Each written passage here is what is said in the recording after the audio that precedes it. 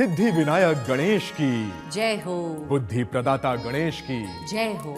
नमस्कार, मैं रूपक महागणाधिपति गणेश के इस नए अंक में आपका स्वागत करता हूं। आज गणेशोत्सव का तीसरा दिन है और हमारा तीसरा अंक। नमस्कार, मैं अपेक्षा। तीसरा अंक अवश्य है, लेकिन पहले हम दूसरे अंक की बात को पूर्ण करेंगे और यह समझेंगे कि गणपति को बुद्धि प्रदाता क्यों कहा जाता है।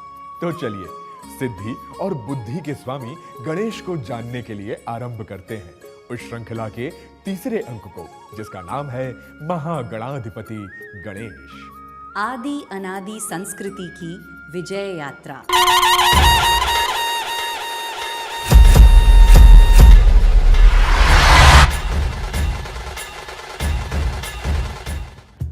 शिव पुराण में रुद्र संहिता भाग के चतुर्थ खंड या कुमार खंड के अध्याय 20 में इस आख्यान को देखा जा सकता है। ये वो काल था जब महादेव और माता पार्वती के मन में उनके दोनों पुत्रों विनायक और कार्तिकेय के विवाह का विचार आया। माता पिता की इच्छा को जानकर दोनों पुत्रों ने भी विवाह का मन बना लिया, परंतु जैसा कि सदैव होता था, दोनों ही माता पिता की इच्छा को प्रथम पूर्ण करना चाहते थे। यही कारण था कि उनमें होड़ लग गई कि प्रथम विवाह किसका होगा। अब तो महादेव और पार्वती के समक्ष समस्या आ गई कि दोनों ही पुत्र पहले विवाह करने के लिए इच्छुक हैं। तब महादेव ने उलझन को सुलझाते हुए कहा, आप दोनों ही हमें प्रिय हैं, परंतु हमने विवाह के संबंध में पूर्व से ही एक नियम बना रखा है, जो निश्चित ही आप दोनों को भी प्रिय होगा। महादेव द्वारा वर्णित नियमानुसार कार्तिकेय और विनायक दोनों के समक्ष प्रश्न था कि उनमें से जो संपूर्ण पृथ्वी की परिक्रमा शीघ्र पूर्ण करके आएगा, उसी का विवाह सर्वप्रथम होगा। दोनों ही पृथ्वी की विशालता को अनुभव कर रहे थे, परंतु भगवान कार्तिकेय अधिक समय व्यर्थ न करते हुए अपने वाहन मयूर के साथ पृथ्वी की परिक्रमा करने उड़ गए और गणेश वहीं खड़े रह गए। हम गणपति की इसी बुद्धिमत्ता से परिचित हैं। वे बिना विचारे कोई काम नहीं करते। उन्हें अपनी क्षमताओं का ज्ञान था। वे जानते थे कि अपने मूषक वाहन के साथ भगवान कार्तिकेय से पहले पृथ्वी की परिक्रमा करना उनके लिए लगभग असंभव है। इसका अर्थ यह नहीं है कि उन्होंने पराजय स्वीकार कर ली, कदापि नहीं। उन्होंने नए मार्ग की खोज की। उन्होंने अपनी बुद्धि का प्रयोग किया और एक ऐसा निर्णय लिया कि उनकी विजय निश्चित हो जाए। गणनायक ने महादेव और माता पार्वती के लिए आसन तैयार किया और पूरी श्रद्धा और सम्मान से उन्हें उस पर बिठाया। इसके पश्चात गणेश ने विधि पूर्वक अपने माता पिता की पूजा की और बारंबार उन्हें प्रणाम करते हुए 7 बार महादेव और पार्वती की प्रदक्षिणा की। इसके पश्चात गणेश ने हाथ जोड़कर महादेव और माता पार्वती से कहा कि अब मेरा शुभ विवाह कर दीजिए। इस आख्यान को पहली बार सुनने वाले की प्रतिक्रिया जैसी होनी चाहिए, वैसी ही प्रतिक्रिया भोलेनाथ की थी। उन्होंने कहा कि विवाह के लिए यह नियम है कि तुम पृथ्वी की 7 बार परिक्रमा पूर्ण करो, और वो तुमने नहीं की है। यहाँ महादेव यह देखना चाहते हैं कि श्री गणेश ने माता पिता की प्रदक्षिणा करके जो किया है, क्या वे स्वयं इसका महत्व जानते हैं? इसलिए वे बार बार कहते हैं कि तुम प्रथम पृथ्वी की परिक्रमा पूर्ण करो, तब तुम्हारा विवाह होगा। तब अगाध बुद्धि के स्वामी गणेश उत्तर देते हैं कि वेदों और शास्त्रों का ये वचन है कि जो पुत्र माता पिता की पूजा करके उनकी प्रदक्षिणा करता है, उसे पृथ्वी की परिक्रमा करने जितना फल सुलभ हो जाता है। अतः मैंने आपकी प्रदक्षिणा कर वह फल प्राप्त कर लिया है। इसके पश्चात महादेव और पार्वती प्रसन्न हो गए और उन्होंने प्रजापति विश्वरूप की 2 पुत्रियों से गणेश का विवाह संस्कार संपन्न करा दिया। सिद्धिर्गणेश पतन्यास्तु क्षेम नामा सुतो भवत बुद्धेर्लर्भाभिधः पुत्र आसीत् परम शोभनः। सिद्धि और बुद्धि से गणपति का विवाह हो गया और आगे वर्णन आता है कि श्री गणेश को सिद्धि से क्षेम नामक पुत्र प्राप्त हुआ और बुद्धि से लाभ नामक पुत्र की प्राप्ति हुई।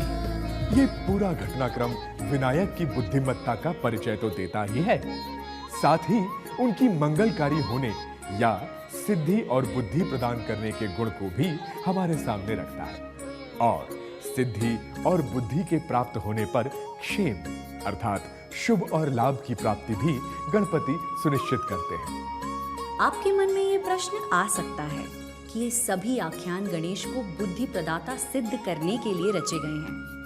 तो चलिए कुछ और वैदिक, महाभारत कालीन और पुरातात्विक संदर्भों को टटोलते हैं और देखते हैं कि विनायक के लिए बुद्धि प्रदाता विशेषण कब से आरंभ हुआ। ॐ गणानां त्वगणपतिं हवामहे कविं कवीनामुपं श्रवस्तमम् ज्येष्ठराजं ब्रह्मणा ब्रह्मणस्पत आनः शृण्वन्नोतिभिः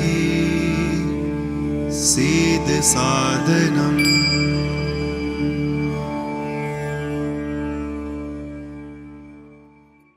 यह ऋग्वेद के दूसरे मंडल के 23वें सूक्त का पहला मंत्र है। कहा जाता है कि गणपति शब्द का सबसे पहले प्रयोग यही हुआ है। इस मंत्र को अधिकांशतः भगवान गणेश के आह्वान के लिए प्रयोग किया जाता है। इस मंत्र में गणपति को ब्रह्मणस्पत अर्थात ब्रह्मणस्पति श्रेष्ठ कवि, ब्रह्म को जानने वालों में श्रेष्ठ कहते हुए आह्वान किया गया है कि आप हमारी स्तुतियों को सुनकर इस यज्ञ स्थल पर विराजिए। ये गणेश के बुद्धि प्रदाता स्वरूप का एक वैदिक प्रमाण है, क्योंकि यहाँ ब्रह्मण शब्द का अर्थ है वाक और वाणी। अतः ब्रह्मणस्पति का अर्थ हुआ वाक्पति, वाचस्पति अथवा वाणी का स्वामी। गणपति ऐसे वक्ता हैं जो अपनी वाणी का प्रयोग बुद्धि और विवेक के साथ करते हैं। इतना ही नहीं, वे कवियों और ब्रह्म को जानने वालों में भी श्रेष्ठ हैं। पौराणिक संदर्भों की बात करें तो अधिकांशतः पृथ्वी की परिक्रमा वाली घटना को अलग अलग तरीके से प्रस्तुत किया गया है, लेकिन एक महाभारत कालीन संदर्भ हमें बहुत स्पष्ट तर्क देता है। इस आख्यान का वर्णन महाभारत के आदि पर्व में प्राप्त होता है। ये वो काल था जब महर्षि वेदव्यास के मन में महाभारत की रचना करने का विचार आया। जब उन्होंने एक विशालकाय महाभारत की रूपरेखा अपने मन में निर्मित की तो उन्हें चिंता हुई कि इसे लिखेगा कौन। आदि अनादि संस्कृति में ऋषियों ने अधिकांशतः श्लोक और मंत्र उच्चारित किए हैं और किसी और ने उन्हें लिखा है। संभवतः इसका कारण यह रहा कि अधिकांशतः श्लोक और मंत्र गहरे ध्यान की अवस्था में देखे या सोचे गए और श्लोकों को सोचने के साथ लिखना संभव नहीं था। ऐसा ही प्रश्न वेदव्यास के समक्ष था कि यदि वे श्लोकों की रचना करेंगे तो उन्हें लिखेगा कौन। तब ब्रह्मा जी ने वेदव्यास को परामर्श दिया कि उन्हें इस कार्य हेतु बुद्धि के स्वामी विनायक को स्मरण करना चाहिए। वेदव्यास ने महागणाधिपति गणेश का स्मरण किया और वे प्रकट हो गए। वेदव्यास का अनुरोध सुनकर गणेश ने महाभारत को लिखना स्वीकार अवश्य कर लिया, परंतु उन्होंने वेदव्यास के समक्ष एक प्रस्ताव रखा। उन्होंने कहा कि उनकी लेखनी एक क्षण के लिए भी ना रुके। यह कोई असाधारण बुद्धि का स्वामी ही कह सकता था। महर्षि वेदव्यास ने भगवान गणेश की शर्त मान ली, लेकिन एक प्रतिज्ञा ली कि आप बिना अर्थ समझे कोई श्लोक नहीं लिखेंगे। गणेश ने सहर्ष वेदव्यास की शर्त मान ली और लिखने की प्रक्रिया आरंभ हुई। वेदव्यास कुछ श्लोकों के बाद एक कठिन श्लोक बोलते और जब तक गणेश उसका अर्थ समझते वे अन्य श्लोक सोच लेते। सुनने में ऐसा लगता है कि जैसे वेदव्यास ने अपनी बुद्धि से विश्राम करने और नया श्लोक सोचने के लिए समय बचा लिया। लेकिन गणेश जी की बुद्धिमत्ता को देखते हुए यह सच नहीं लगता। ऐसा प्रतीत होता है कि महर्षि वेदव्यास को गणेश के रूप में ऐसे बुद्धिमान लेखक मिले थे जिन्होंने कठिन श्लोकों के नाम पर महाभारत जैसी युद्ध गाथा में भी गूढ़ रहस्यों को भी शामिल करवा लिया। यही कारण है कि यह आख्यान उनकी बुद्धिमत्ता का प्रतीक बना। नेपाल से प्राप्त पिघलामाला नामक एक तांत्रिक पुस्तक की 13वीं शती की एक हस्तलिखित प्रति में तथा राजपूत शैली के एक 17वीं शती के चित्र में गणेश जी को महाभारत लिखते हुए भी चित्रित किया गया है। इससे सिद्ध होता है कि महाभारत में प्रस्तुत आख्यान को इतिहास और कला क्षेत्र के विद्वान विशेषज्ञों द्वारा स्वीकृति प्राप्त हो गई थी। अब प्रश्न है कि क्यों और कैसे भगवान गणेश का विद्या से इस प्रकार का संबंध स्थापित हुआ। हम देखते हैं कि इस बारे में विभिन्न विद्वानों के मत अलग अलग हैं। जैसे भंडारकर का मत है कि ब्रह्मणस्पति और बृहस्पति की समानता के भ्रम से ऐसा हुआ। उनका कहना है कि क्योंकि बृहस्पति विद्या के दाता हैं, तो गणपति को ब्रह्मणस्पति कहकर विद्या का दाता मान लिया गया। एक और विद्वान कुमार स्वामी समझाते हैं कि क्योंकि पाणिनि की एक पुस्तक गणपाठ है जिसमें संबंधित शब्दों की सूची दी गई है, क्योंकि पुस्तक का नाम गणपाठ है और गणेश गणपति हैं, तो उन्हें इस प्रकार की सभी पुस्तकों का वाची मान लिया गया।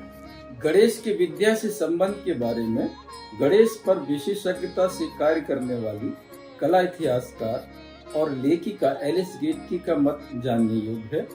उन्होंने अपनी पुस्तक Ganesha a monograph on the elephant faced god में कहा है कि यह धारणा गणेश के सिद्धि शब्द से विद्यमान संबंध से निकली है। गणेश को सिद्धिदाता या सिद्धि का स्वामी माना जाता था। परवर्ती धार्मिक विश्वास के अनुसार सिद्धि उनकी एक पत्नी भी है। इधर ब्राह्मी वर्णमाला को प्राचीन समय में सिद्धम कहा जाता था और उसका अध्ययन अध्यापन ओम नमः सिद्धम से प्रारंभ होता था।